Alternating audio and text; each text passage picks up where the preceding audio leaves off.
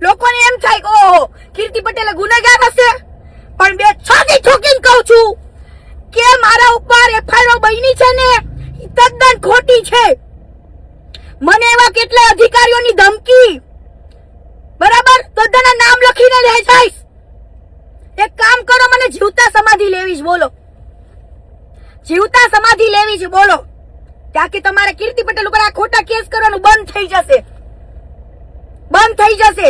કાં તો મને બોલાવો અને દવા પીવડાવી દો, કાં તો ફાંસીએ લટકાવી દો. હા, ઈ જીગર રાખું છું મરવાનું, પણ તમારા આવા ખોટા કેસ હવે કીર્તિ પટેલ થી સહન નહીં થાય,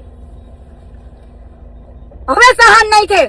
ઓલો અલ્પેશ ડોંડા કીર્તિ પટેલ નું ખરાબ બોલ્યો છે, કીર્તિ પટેલ ને ગાળો દે છે, અને છતાં બી કીર્તિ પટેલ ઉપર કેસ.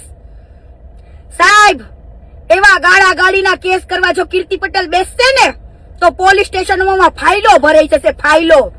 આજ દિવસ સુધીમાં એક દાખલો તો બતાવો કે કીર્તિ પટેલ કોઈ ઉપર કેસ કરવા ગઈ હોય.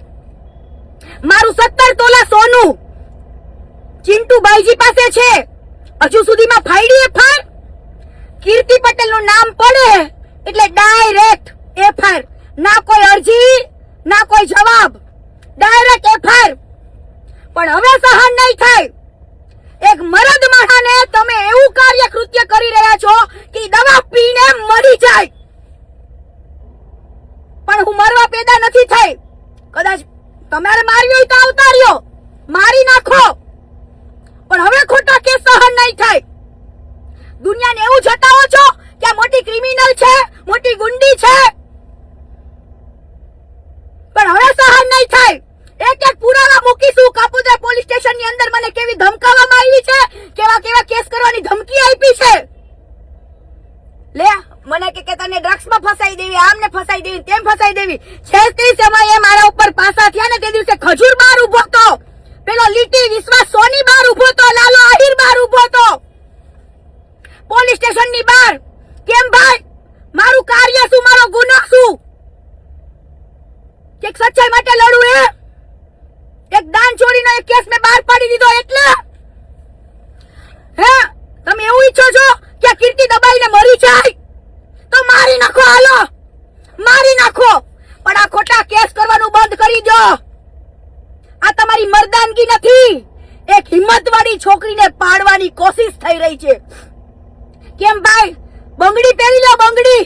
સહન ન થતું હોય ને તો મારી હિંમતને તોડવાની કોશિશ ના કરતા, હિંમતને તોડવાની. હવે તમારા આવા ખોટા કેસ સહન નહીં કરું. મારે મરવું પડે તો હું મરવા તૈયાર છું, અને હું બહુ ટૂંક સમયમાં જ તે ગેહલોત સાહેબ પાસે આવું છું કે એક દીકરીની હિંમત તોડવાની, એને અસામાજિક તત્વ બનાવવાની આવી કોશિશ ચાલી રહી છે અહીંયા માર્કેટની અંદર. સાહેબને મારે કેવું છે કે બતાવો મારી એક લુખ્ખાગીરી. જય હિન્દ, જય સંવિધાન.